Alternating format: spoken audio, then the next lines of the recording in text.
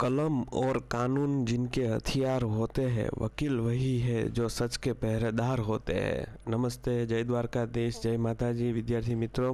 આપણે આપણી લેક્ચર સિરીઝમાં આજે આગળ વધીએ તો ડિસ્કસ કરીએ કે પહેલાં આપણે જોઈ લઈએ જૂનું આપણે શું શું જોઈ ગયા છીએ। લાસ્ટ લેક્ચરના અંદર આપણે વકીલનો મારો મેં તમને પરિચય આપ્યો હતો, તો આપણે શેના વિશે ડિસ્કસ કરીએ છીએ એ ડિટેલમાં આપણે જોઈ ગયા છીએ કે આપણે ડિસ્કસ કરીએ છીએ complete solution for all India bar council examination, procedure to become advocate from લોયરમાંથી એડવોકેટ બનવાની જે પ્રોસિજર છે એના માટેનું મહત્ત્વનું પડાવ છે એક બાર કાઉન્સિલ ઓફ ઇન્ડિયાની એક્ઝામિનેશન, એના વિશે ડિટેલમાં ડિસ્કસ કરીએ છીએ। મારો કોઈ ટેલિગ્રામની ચેનલ ખાસ જોઈન કરી લેજો।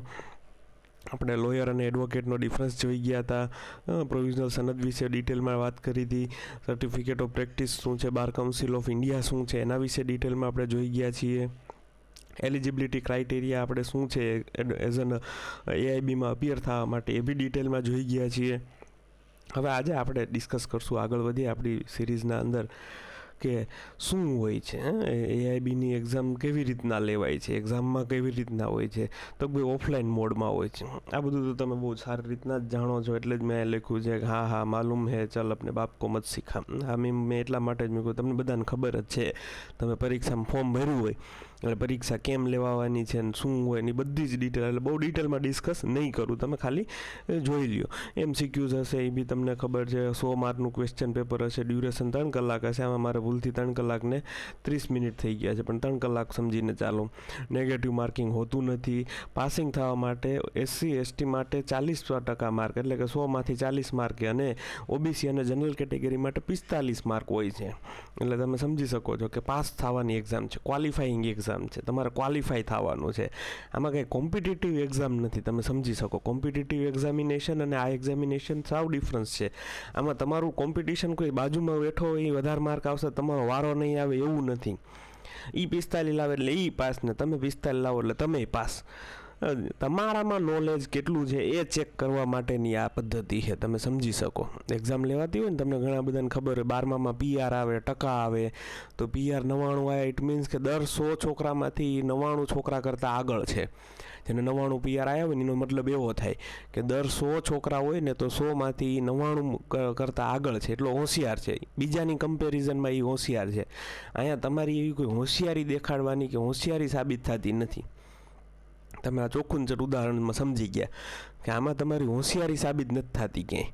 તમને કેટલું આવડે છે, તમારામાં નોલેજ છે, 45% આપશે। અને બીજી વસ્તુ, બાર કાઉન્સિલ ઓફ ઇન્ડિયા તમારા માર્ક બી ડિસ્ક્લોઝ નથી કરતી। તમે 45 એટલે હશો 45 પાસ, તમારે યુ આર ક્વોલિફાઈડ, એટલે એ તમે ભૂલી જાજો કે તમે 100 લાવો તો કોઈ અર્થ નથી, અને 100માંથી 50 લાવો તો કોઈ મિનિંગ નથી, તમે એટલા જ પાસ છો, એ જ ક્રાઇટેરિયા છે। એટલે તમે પેટર્ન સમજો, તમે ખોટું હાવું નહીં ક્રિએટ કરતા, મનમાં ખોટો ડર નહીં રાખતા, એટલા માટે આ તમને વાત કરું છું કે તમારી બાજુમાં બેઠેલો પાસ થઈ જશે ને હું રહી જઈશ, એમાં બાજુમાં કે આ કેટલી સંખ્યામાં ફોર્મ ભરાણા એમાં કંઈ મિનિંગ નથી। આમાં તમારામાં નોલેજ કેટલું છે એ જ ટેસ્ટ થાય છે। એટલે આ પરીક્ષા એમાં ને આલોક તમારા માટે જ લેવાય છે। તમે વકીલ છો ને તમારામાં નોલેજ છે એટલે તમે પાસ થઈ ગયા એમ સમજો। એટલે બીજા માટે શું છે, બીજા કેટલા છે ને એ કેમ દે છે ને એનું નોલેજ ને એ જોવે, તમે તમારું જોજો, એટલે તમે પાસ થઈ ગયા એમ સમજો। તમારે 45 કે 40 તમે જે બી કેટેગરીમાં આવતા હોય એટલા માર્કનો ટાર્ગેટ કરીને ચાલજો, કે એટલા સાચા પડે એટલીસ્ટ। એટલે અને પાછું નો નેગેટિવ માર્કિંગ બી નથી। It means no negative marking હોય એટલે 100 માર્ક અટેમ્પ્ટ કરવાના, તમે એક બી ક્વેશ્ચન ખાલી નહીં મેકતા, બધા ક્વેશ્ચન અટેમ્પ્ટ કરવાના કમ્પલસરી છે, કારણ કે નેગેટિવ માર્કિંગ હોય તો આપણે ખાલી મેક દઈએ, અહીંયા એવું તો કાંઈ છે નહીં। એટલે 100 માર્ક તમારે અટેમ્પ્ટ કરવાના છે ક્વેશ્ચન, આનો મિનિંગ એવો થાય, ખાસ યાદ રાખજો। 100 MCQs અટેમ્પ્ટ કરવાના, આપણે 40-45 જે કેટેગરીમાં આવતા હોય એના કરતાં 20 માર્ક વધારે લાવવાની ગણતરી રાખવાની। તો તમે જનરલ અને OBC કેટેગરીમાં આવતા હોય તો તમે 60 માર્ક ગણતરી રાખજો, મિનિમમ 60 માર્ક આવે। આમાં ભલે 45 લખ્યા હોય, પણ હું તમને એમ કહું છું 60 માર્ક પકડીને ચાલવાનું। એમ નહીં માનતા, હોશિયારી નહીં કરતા કે 45 આવશે ને 45 હું પાસ થઈ ગયો પછી ભલે ગમે એ આવે આપણે પાસ જ છીએ એવું માની નહીં ચાલતા। 60ની ટકાવારી સમજ પકડીને ચાલજો। 15થી 20 માર્ક તમારે વધારે ગણતરી રાખીને ચાલવાના, તમારે એટલા લેવાના છે બસ। ગમે એમ થાય તમારે 60 માર્ક લઈને આવવાનું છે એટલે તમે પાસ થઈ જશો આરામથી. બોર્ડર ઉપર રહેતા નહીં, ખાસ યાદ રાખજો, ભૂલ્યા વગર બોર્ડર ઉપર રહેતા નહીં. લેંગ્વેજ શું હોય, કઈ પરીક્ષા લેંગ્વેજ શું હોય એક્ઝામની, તો multiple languages including English, Hindi, Gujarati, બધી જ ભાષા હોય છે. તમારી પાસે પેપર આવશે એમાં ઇંગ્લિશ અને ગુજરાતી બંને ભાષા હશે. હવે એટ ધેટ ટાઈમ શું ધ્યાન રાખવાનું છે એ બી હું તમને સમજાવી દઉં સારી રીતના કે ભાઈ બે ભાષામાં પેપર હોય એટલે તમને જો ઇંગ્લિશ ન આવડતું એટલે તમે ગુજરાતીમાં જ જોશો અને ગુજરાતી જ રિફર કરો. અને જેને ઇંગ્લિશમાં દેવાની છે, ઇંગ્લિશમાં કાયદા ભણ્યા છે અને ઇંગ્લિશમાં LLB કર્યું છે એ લોકો ખાસ ઇંગ્લિશમાં જ નજર કરે અને ઇંગ્લિશ જ વાંચે, કારણ કે એ જ ખબર પડશે, બીજા એક શબ્દો નહીં સમજાય. એટલે ઇંગ્લિશે વાંચે ને ગુજરાતી વાંચે ને ગુજરાતીવાળો ગુજરાતી વાંચે ને ઇંગ્લિશે વાંચે, એવું ડબલ વાંચવાની માથાકૂટ કરતા નહીં. હા, ઇંગ્લિશવાળો છે એને ઇંગ્લિશનો ક્વેશ્ચન નથી સમજાતો તો એ ગુજરાતીમાં જોઈ શકે છે. ગુજરાતીમાં એ જ ક્વેશ્ચન કઈ રીતના શું પૂછવા માગે છે એ સમજી શકે છે. ગુજરાતીવાળો છે એને ગુજરાતીમાં કંઈક નથી સમજાતું તો એ ઇંગ્લિશ જોઈ શકે છે. અને તમે વકીલાત તરીકે ભલે ભણ્યા હોય તમે ઇંગ્લિશ કે ગુજરાતી મીડિયમમાં, પણ તમારે છેલ્લા સેમેસ્ટરમાં લીગલ લેંગ્વેજનું પેપર આવતું હતું એના અંદર તમને એટલીસ્ટ આવડતું હોય ગુજરાતીનું ઇંગ્લિશ ને ઇંગ્લિશનું ગુજરાતી કરતાં. હવે આપણે કોઈ એવી દુનિયામાં નથી રહેતા કે હાવ એવું ઇંગ્લિશ ન આવડતું હોય, એટલે તમે એટલીસ્ટ એટલું તો તમે સમજી શકો કે આ ક્વેશ્ચન શું પૂછવા માગે છે. તમારી નોલેજ ટેસ્ટ કરવા માટે બેઠા હોય એટલે તમને એવો તો કોઈ ક્વેશ્ચન ન જ હોય કે લીગલ ટર્મિનોલોજી તમને ખબર ન પડતી હોય. એ ક્વેશ્ચન શું પૂછવા માગે છે એ તો તમને ડિટેલમાં ખબર પડી જ જશે તમે કોઈ બી લેંગ્વેજમાં આપતા હોય. આ પણ ખાસ યાદ રાખવાનું, બાર કાઉન્સિલ ઓફ ઇન્ડિયા વખત જ્યારે ક્વેશ્ચનનો મિનિંગ કયો ક્વેશ્ચન સાચો એવું તપાસવું હોય ત્યારે ઇંગ્લિશને પ્રાયોરિટી પહેલાં આપશે. ઇટ મીન્સ કે ઇંગ્લિશનું જ ગુજરાતી થયેલું હોય તો એ ગુજરાતી સાચો છે એના ઉપર ભાર ઓછું આપશે, ઇંગ્લિશ ક્વેશ્ચનને વધારે પ્રિફર કરશે. એટલે ઇંગ્લિશમાંથી જ એનું ડાયરેક્ટ ટ્રાન્સલેશન થઈ અને ગુજરાતીમાં મેકાણું હોય. એટ ધેટ જ્યારે શબ્દોમાં કે ક્વેશ્ચનમાં મિસકન્ડક્ટ કે મિસઇન્ફોર્મેશન થતું એવું લાગે ત્યારે ઇંગ્લિશ શબ્દને પ્રાયોરિટી વેરીફાઈ ઇંગ્લિશ શબ્દ થશે, ઇંગ્લિશ ક્વેશ્ચન વેરીફાઈ થશે. એટલે બને એટલું ઇંગ્લિશના વધારે ભાર આપજો એવું મારું માનવું છે. બુક્સ અલાઉડ, કઈ બુક લઈ જવા દેશે તો ભાઈ ઓનલી બેર એક્ટ સિવાય એક બી બુક તમને લઈ જવા નહીં દે વિધાઉટ નોટ્સ એન્ડ કોમેન્ટ. એના અંદર કંઈ લખાણ કે કંઈ ચિઠ્ઠી છબરકી કે ક્યાંય લખેલું હોવું ન જોઈએ, ખાસ યાદ રાખજો. પેન્સિલથી કે કોઈ બી જગ્યાએ તમારે કંઈ લખેલું હોવું ન જોઈએ. બે રેક્સના અંદર ખાલી બે રેક્સ હશે અને એ બે રેક્સ કયા આમાં લખ્યું નથી, પણ તમને હું એડવાઇસ આપું કે તમારા સિલેબસમાં છે એ સિવાયના એક બી બે રેક્સ તમે લઈ નહીં જતા અંદર. એ શા માટે એ આગળ હમણાં તમને ચર્ચા કરીશ એટલે ખબર પડશે.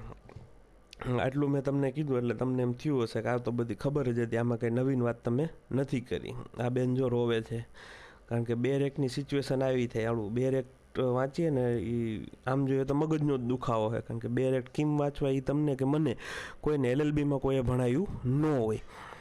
કોઈ નેશનલ યુનિવર્સિટીમાં સારી યુનિવર્સિટીમાં જ ભણ્યા હોય તો એને ખબર હોય બે રેક્ટ કેમ વાંચવા, પણ આપણે કોઈ દિવસ એવી રીતના ભણ્યા નથી બે રેક્ટ કેમ વાંચવાના હોય. એટલે બે રેક્ટ કોઈ દી LLBમાં કોઈ સિલેબસમાં હોય નહીં, એમાં કાયદાનું સારું એવું જ્ઞાન લેવાનું હોય, પણ બે રેક્ટ કેમ વાંચવા. એટલે બે રેક્ટ વાંચવાની થોડોક મગજનો દુખાવો બી છે, મને ખબર છે, હું અનુભવ કરેલો છે, હું આ જ ફેઝમાંથી પસાર થયેલો છું. મેં બી સનદ લીધી ત્યારે આ જ ફેઝમાંથી પસાર થયેલો છે, મને બહુ સારો એવો અનુભવ છે કે બે રેક્ટ વાંચવાની માથાનો દુખાવો છે. પણ એ આપણે ડિસ્કસ કરશું એટલે તમને ઘણું બધો બેનિફિટ થશે. શું ચકાસવામાં આવે છે તો વિદ્યાર્થીઓને બે રેક્ટ વાપરતા આવડે છે કે નહીં, મેં કીધું ને બે રેક્ટ વાપરતા આવડે છે કે નહીં એ ચકાસે છે bar council of India. Section locate કરી શકે છે કે નહીં, તમને પૂછવું હોય તો તમારે એ ક્વેશ્ચન પૂછો, એ ક્વેશ્ચનની મદદથી તમે પહેલાં તો સમજી એકવાર જોઈએ કે આ કયા એક્ટનો ક્વેશ્ચન છે. તમને જે ક્વેશ્ચન કર્યો હોય એમાં એક્ટ કયો છે એ ખબર હોવી જોઈએ, એક્ટ કયો છે ત્યારબાદ સેક્શન કઈ છે એ ખબર હોવી જોઈએ. ઇટ મીન્સ તમારું ડીપ લીગલ નોલેજ કેવું છે ને એ ચેક કરે છે. પછી તો બુક તમારી પાસે હોય, બધી બુકમાંથી જે બે રેકમાં તમને લાગતું હોય એ જોઈ શકો છો અને તમે આન્સર આપી શકો છો. પ્રેક્ટિકલ લીગલ અન્ડરસ્ટેન્ડિંગ છે કે નહીં, વ્યવહારુ જ્ઞાન છે કે નહીં તમારામાં. પ્રેક્ટિકલ લીગલ અન્ડરસ્ટેન્ડિંગ એટલે બહુ સારો એવો શબ્દ એમાં લખેલો છે, બહુ સારું એવું એનું ઉદાહરણ આપું. તમારી પાસે ઇન્ફોર્મેશન હોય, તમારી પાસે નોલેજ હોય અને તમારી પાસે એ નોલેજનું વ્યવહારીકરણ હોય, વિઝડમ હોય, એને વિઝડમ કહેવાય. આ ત્રણેયમાં બહુ મોટો ડિફરન્સ છે. તમે મિત્રો સમજો, ઇન્ફોર્મેશન હોવી ઇટ મીન્સ કે ભાઈ બેઝિકલી તમને ઉદાહરણ આપું તમને સારામાં સારું તો તમે સમજી જશો આ વાતને. ઇન્ફોર્મેશન હોવી, નોલેજ હોવું અને નોલેજનું વ્યવહારીકરણ હોવું ઇટ મીન્સ કે નોલેજ નોલેજનું યુટિલાઇઝ કરવું વ્યવહારુ જગતના અંદર, આપણા જીવનના અંદર, એ ત્રણેયમાં બહુ ઝાઝો ડિફરન્સ છે.